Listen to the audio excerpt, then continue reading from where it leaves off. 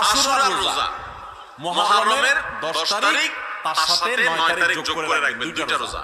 আর 9 তারিখ কোনো কারণে রাখতে না পারলে তাহলে 10 আর 11, 10 কমন, তার সাথে 9 অথবা 11 মিলায়া 9 রাখতে পারলে বেশি উত্তম। কারণ নবী সাল্লাল্লাহু আলাইহি সাল্লাম তার জীবনের শেষ বছর যখন আশুরা রোজা রাখছেন, তিনি বলেছেন যদি আগামী বছর আমি বেঁচে থাকি লাসুমান্না তাসিআ ওয়াল আশির, তাহলে মুহররমের 9 আর 10 আমি রোজা রাখবো। এইজন্য উলামায়ে কেরাম বলেছেন 9 আর 10 রাখাটা বেশি উত্তম।